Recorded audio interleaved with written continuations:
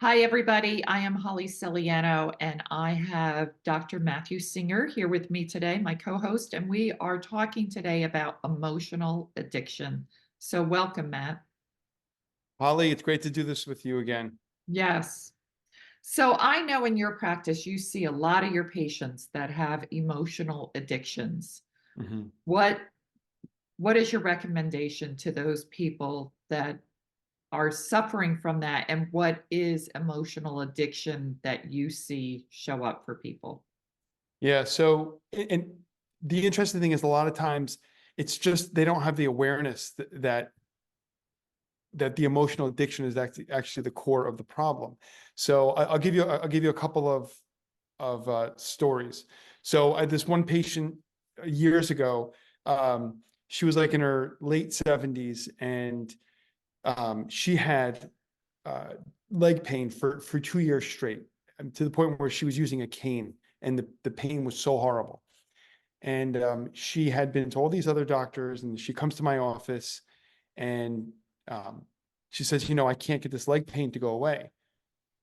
So I said, well, the first thing I said to her is I said, well, that's the reason why it's not going away. And she goes, what do you mean? I said, because you just said you can't get the leg pain to go away. So you're telling your body that you're addicted to the pain.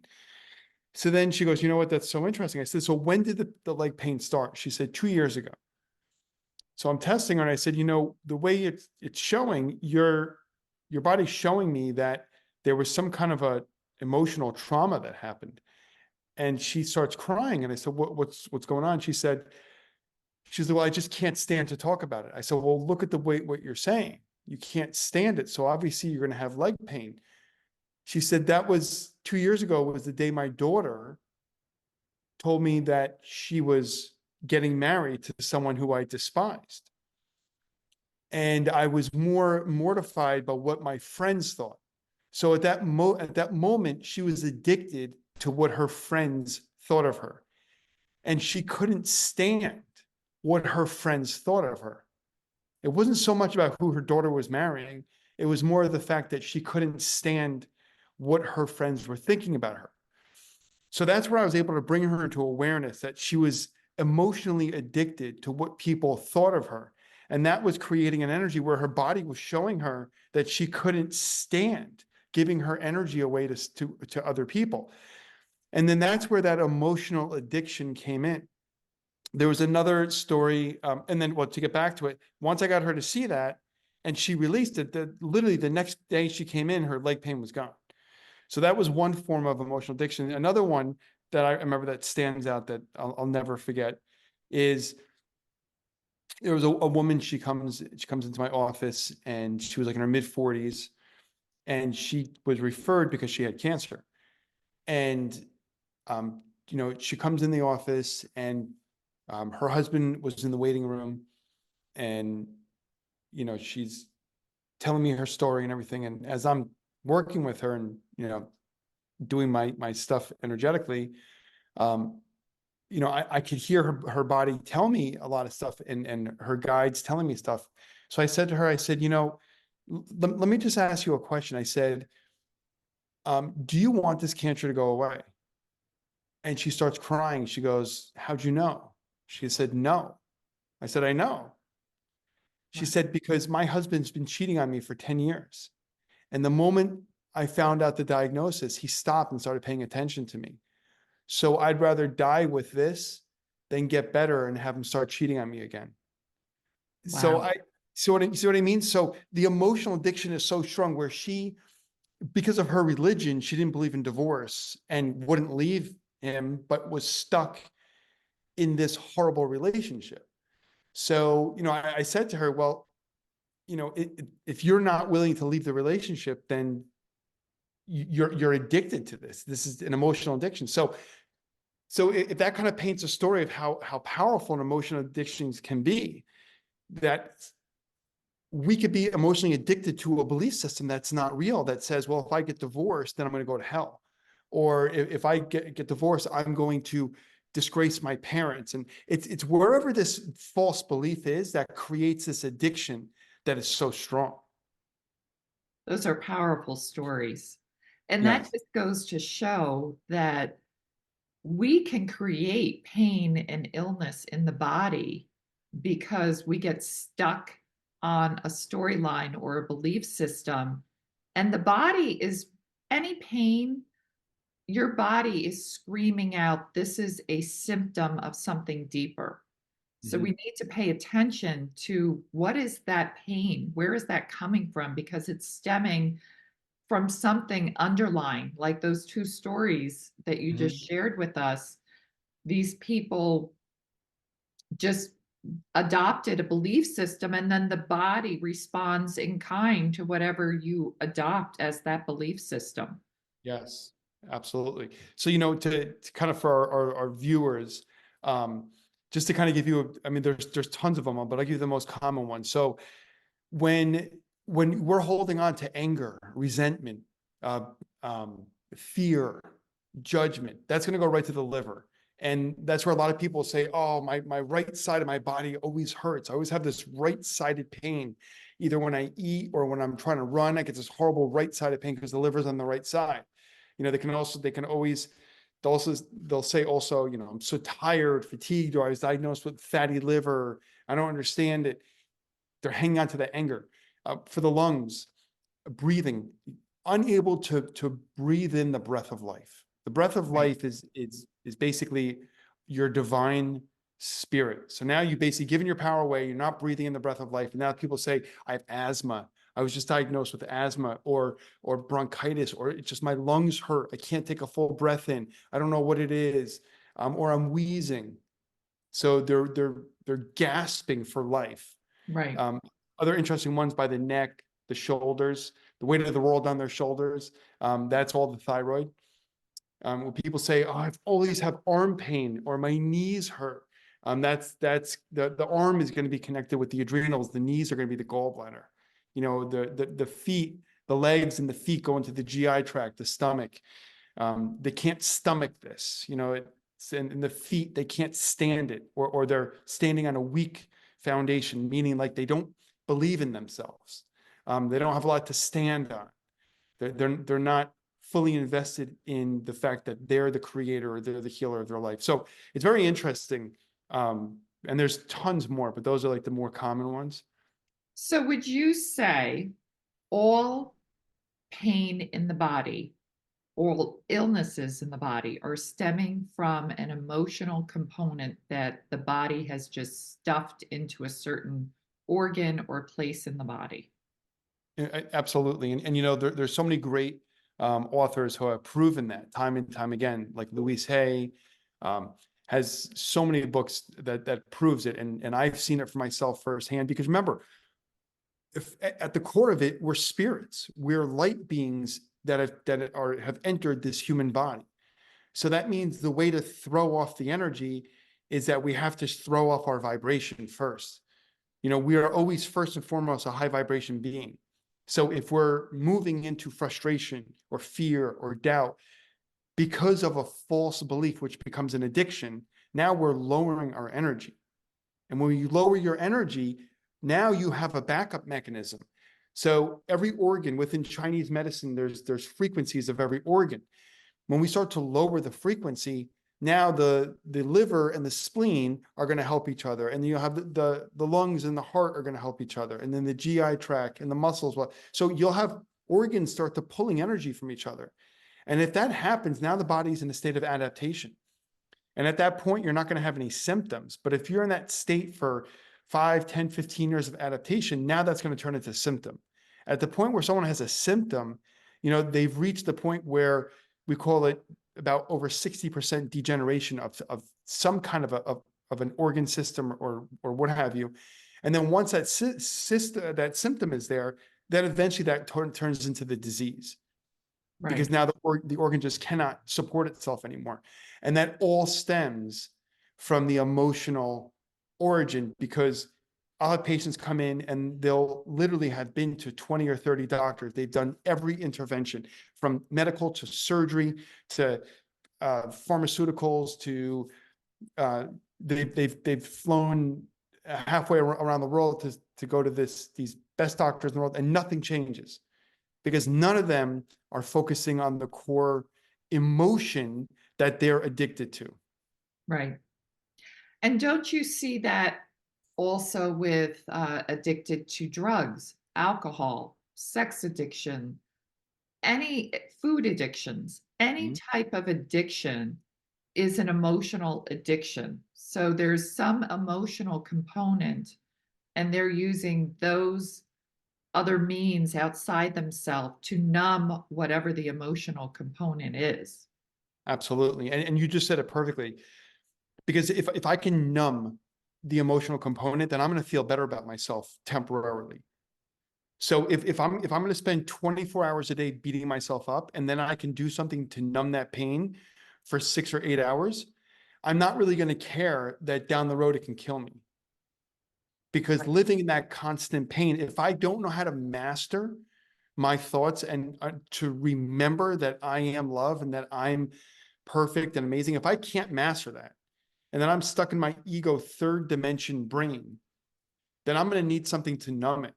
So whether it's alcohol, drugs, sex, I mean, what else is there? There's so many different vices of being gambling, right? I mean, you name it.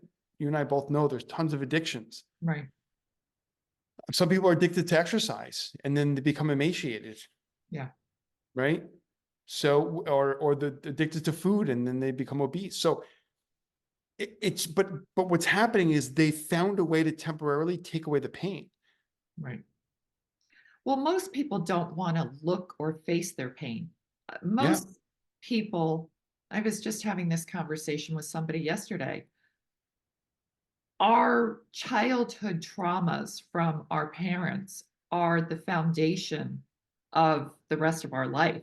Mhm. So if you grew up in a family where the mother and father didn't give you the right skills or tool set to become a productive, happy adult, you're Mhm. going to have these wounds that those wounds carry over the rest of your life. And it's the foundation that we're always then, until we heal that, we're always, that's like a reset. We keep resetting back to that childhood.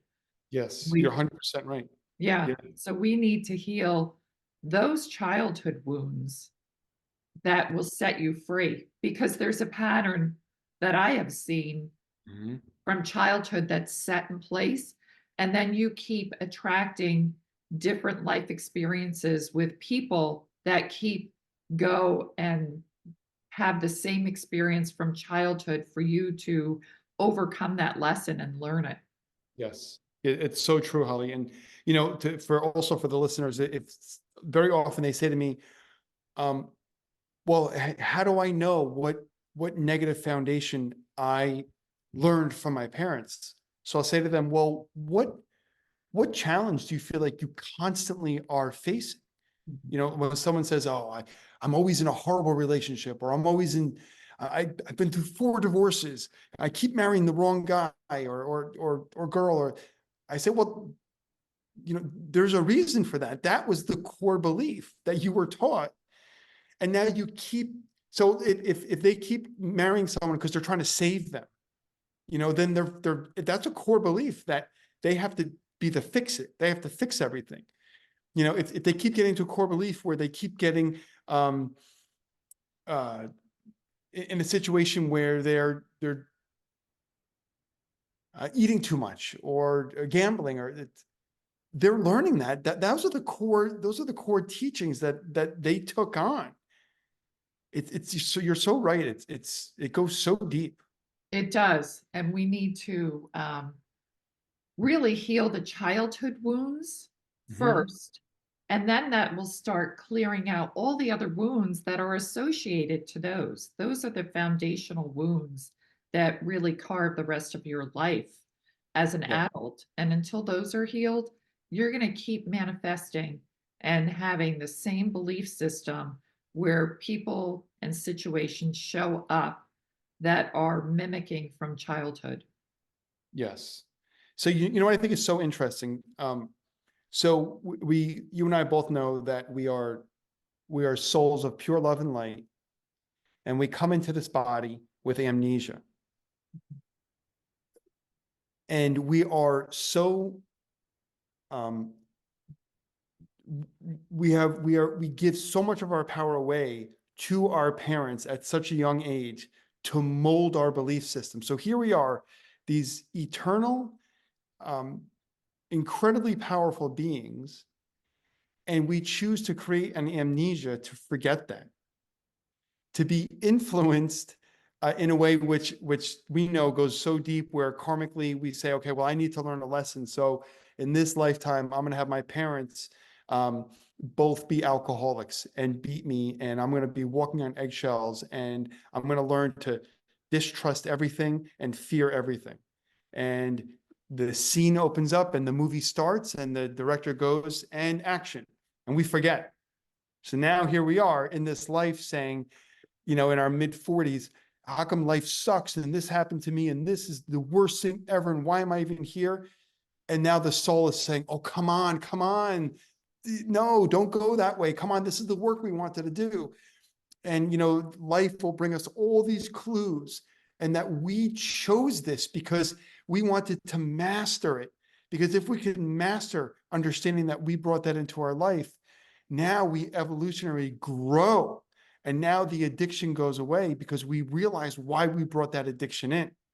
And now we're free. So Right. there's so much power in it. Yes, there is. If everybody that has a pain or an illness or feel emotionally beaten up, stop to take a look and do an analysis of their life to say, where is this coming from and where is the emotional component? What could you give the listeners to help them with how to determine what that emotional piece is and how to clear that emotional piece? So, I'm going to be honest with you, Holly. It is not easy to clear it on your own. And it's just something which, I've spent years and years learning how to clear it. But the first thing is self-awareness. So one of the tools, if someone's going to start something on their own, is journaling. And I tell them to write a story to themselves of exactly how they're feeling, all of their fears, all of their doubts. I do this all the time when I'm in a place, and don't think I don't get there. If I'm in a place of fear and worry, or lack, or thinking I'm not good enough, I start writing to myself. I say, okay, Matt, here's what's going on. I feel like I'm not worthy. I feel like this and that. And all of a sudden, as I start writing, all of a sudden, these huge downloads start coming into me. You're going to start feeling this love pouring through you, because now you're communicating with your higher self. And as I'm writing everything that I'm worrying about, I feel this energy come through me.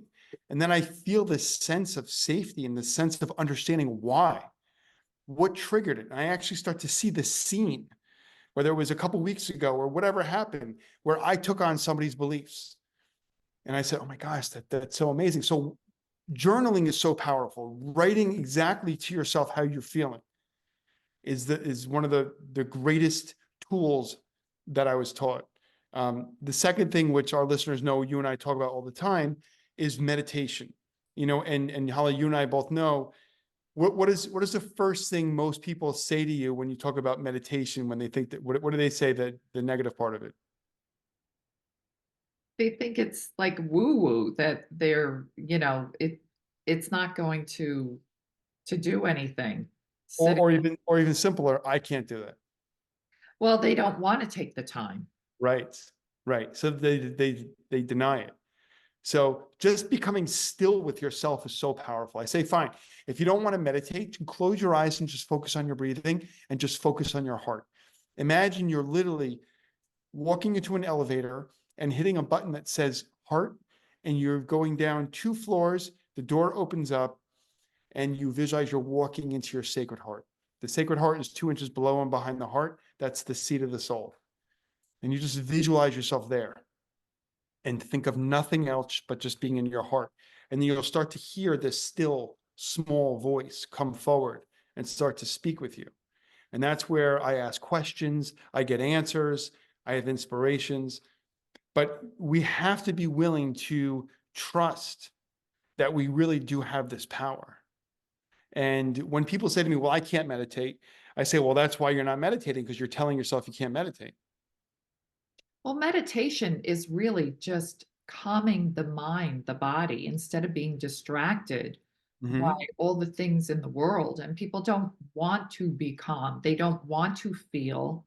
They don't want to be quiet with themselves because when they are, whatever those thoughts, feelings, emotions that they've been running away from, distracting themselves from, then they have to face it and they don't want to face it. Exactly. Exactly. The third thing I tell them to do is I tell them to do a couple of fasts. Believe it or not, fasting is very powerful for getting back into intuition. I'll tell them, don't eat until like 12 or 1 p.m. Because that actually helps open up a lot of portals in the cell.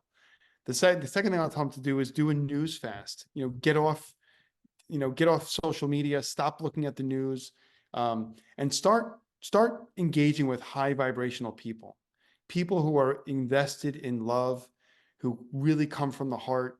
Um, Start hanging out with those people. Start listening to podcasts from those people, and going on to YouTube from those types of people, and start to completely shift your paradigm of where you're allowing your beliefs to come in from.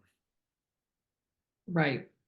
And most people, doing that step is scary for them because these emotional addictions is their story. It's their Yes. life. And Yep. then who are they without that story?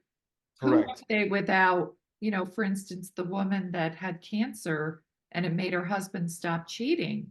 Well, if she gives up that storyline and gives up not having cancer, where she then is getting attention from having an illness, who is she? Hmm. People that illness is greater than being healthy. It's so powerful. So when you overcame and you completely healed, Mhm. what it's still such an inspiring story. What do you know that you were able to get rid of the false beliefs, false um, ideas? What were you able to get rid of?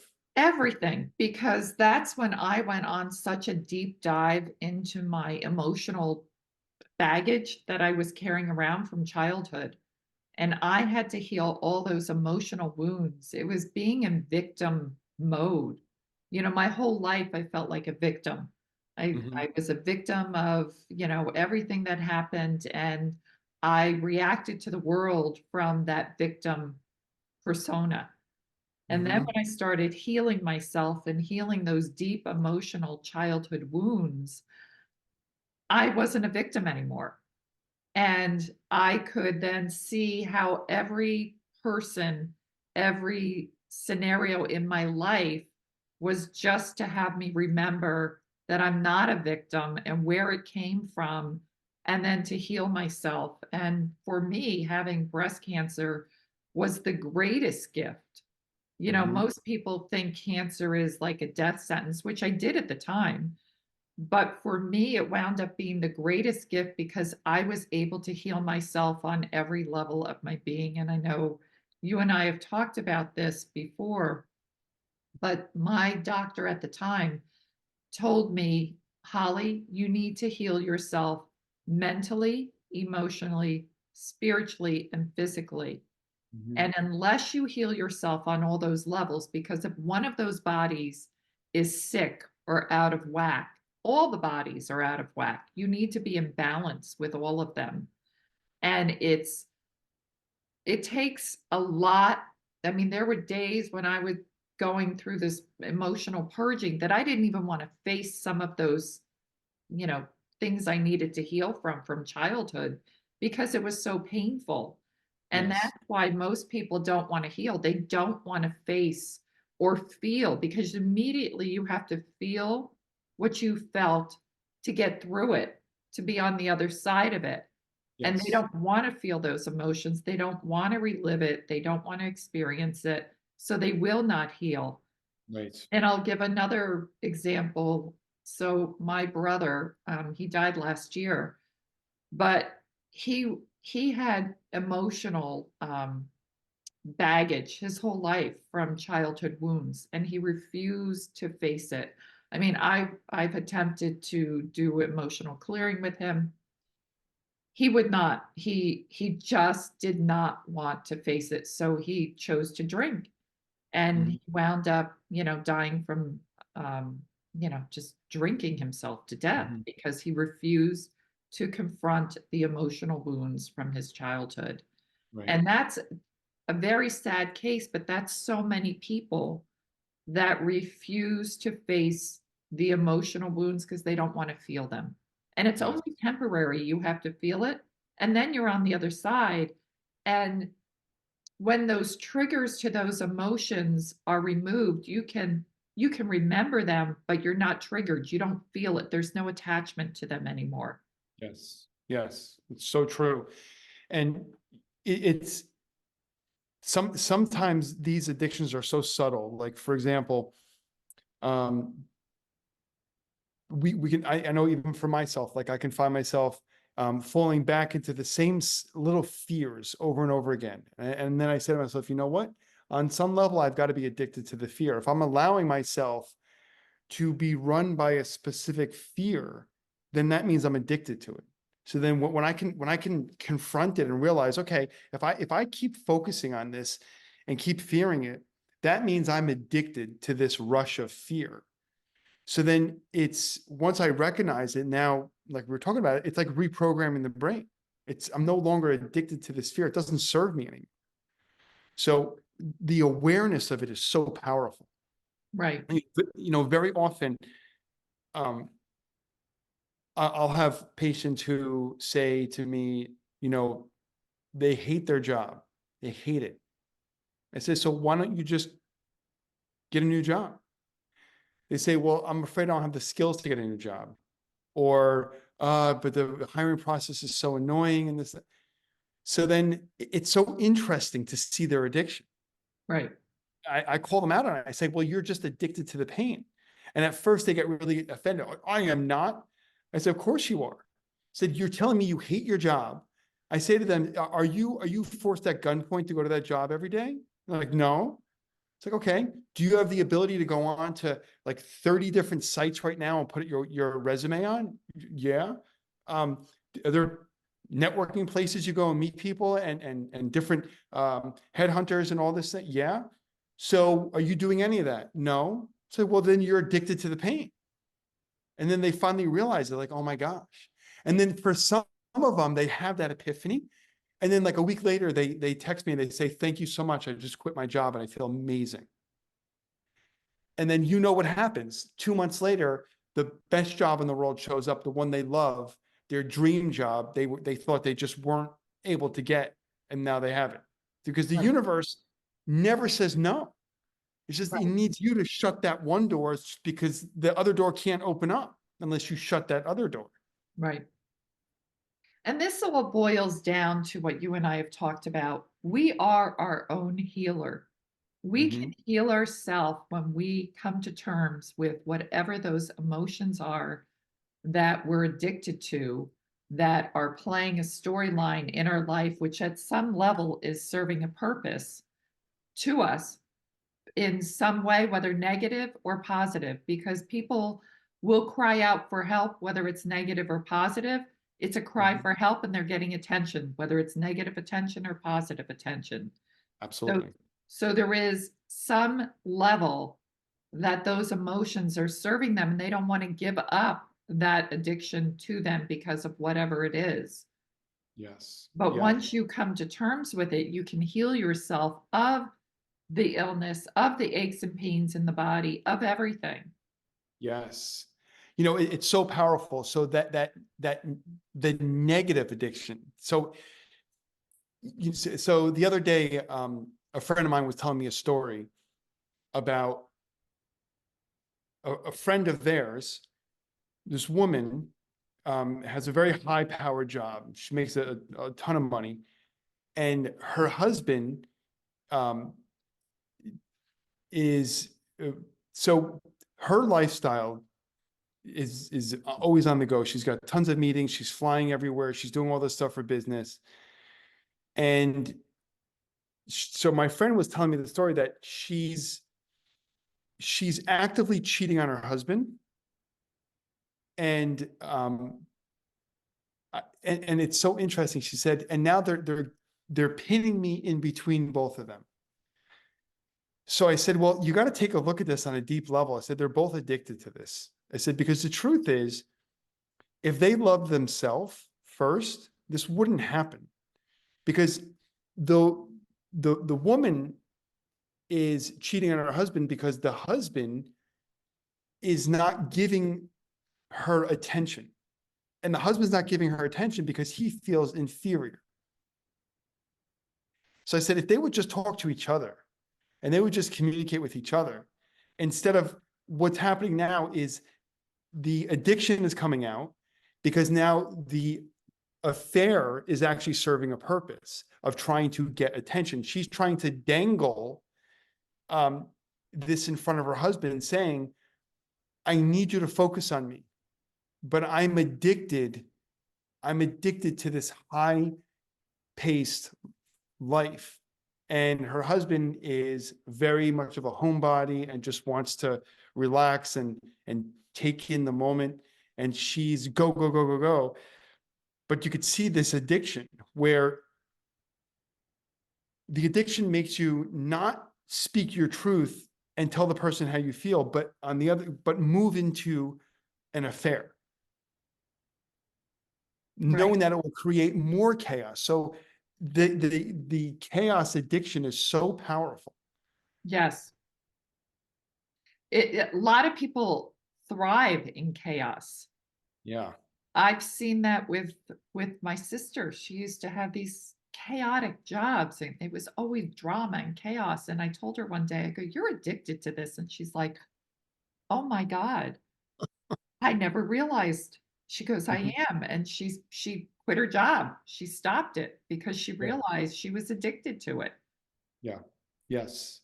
And you know what's interesting also, and I don't mean to stereotype it, but I have a lot of friends who are in law enforcement, and they see the most addictions happen in the field of law enforcement. Interesting. Yeah. Whether you know, and I asked them, I said, why do you think that is? They say partly because the system is so corrupt and so negative that they're exposed to so much negativity that it like has to drown away the hurts. They say the things that they see, the horrors that they see, they're seeing the worst of humanity. You know, when they have to investigate these horrible crimes or it's stuff that you can never believe humanity could sink so low to do. It's almost like they have to drown the pain out, and then they're addicted to sex, porn, alcohol. It's horrible stuff. Right. So what would you say for the audience? What would I know you were saying the first step would be to just have awareness. Mm-hmm. If people just can't even get to that place, if they don't even want to be aware, if they're so clueless, what would you recommend to them to Well, come to terms? you know what's so funny, Holly? If they're not even willing to come to terms, then they're addicted to not coming to it. They're addicted to not being willing to become aware of it. You know what I mean? They're still Right. they're not going to come to that. But you know, for someone who says, "Oh my gosh, you're right, I'm addicted to this," if they're listening and they're saying, "You know what? It's exactly me. I have this horrible job. I'm addicted to the drama and this and that." Well, step one is just recognizing it. Mhm. And then step two is saying, well, what really serves my highest core values? What do I really want in this life? Because I entered this body for a reason, to experience life for a reason. Do I feel like I'm on my mission? Do I feel like I'm serving my purpose? So just try to get awareness of that. If you can come to terms and just, when you ask yourself, am I totally fulfilling my mission? Your heart will tell you yes or no. If it feels off, then you know you're not. So the second step would just be awareness. And then step three, it would say, what one step can I take right now that just would make me feel better, and decide what that would be. Because now you're kind of moving towards it. Then you could start journaling. Then you could start meditating. You can get still with yourself. Then everything starts to fall into place. I would recommend for people, and I've done this myself, Mhm. is to get away from everybody and everything. If Mm. you can just go spend a day in nature, like the Yeah. full day, bring a notebook and journal and sit and write and just don't have your phone with you, don't have any electronics, just be in nature and just be quiet and sit and see what comes up for yourself. Why, if you're in such a low point, why? Where is it coming from? And talk to God. Spend that time talking to God. I can't tell you how many times I've talked to God and cried out, and you know, I get answers. I hear that voice of God speak to me in feelings and emotions. And sometimes you're told go this way and you're like, well, that's not the way I'm going, but okay, I'll trust that. Like, we are told, but we're so distracted with life, we don't listen to the subtle things that are being shown to try to guide us Yes. and help So true. us. Yep. You know what, Holly, when you said that, I think that's the makings of like a 1 day retreat that you and I should put together, Oh, that would be awesome. and take people into somewhere beautiful in nature and help them completely shift I their love level that. of thinking. I love that. All right, we'll put that together. Yes. Well, this has been so great doing this with you. As always, it's such an Yes, honor. yes. And everybody that's suffering any aches, pains, illness, any addictions of life whatsoever, sit and get real with yourself. Where is this coming from? Why do I have this? And when you start asking questions, you will get answers. Yes. And just be honest with yourself and realize, there's no shame, there's no guilt. Sadly, so many people feel shame and guilt and they feel horrible and, they beat themselves up. It's just part of the process to be the most beautiful soul that you're meant to be, that got masked and covered up with all these bad emotional Mhm. things that you have. We're just peeling back the layers to get to that core of who you are. Absolutely. So true. Well, this was so good, Holly. Thank you so much. Thank you. As usual, it was wonderful. Have a great day, everybody. Bye. Bye.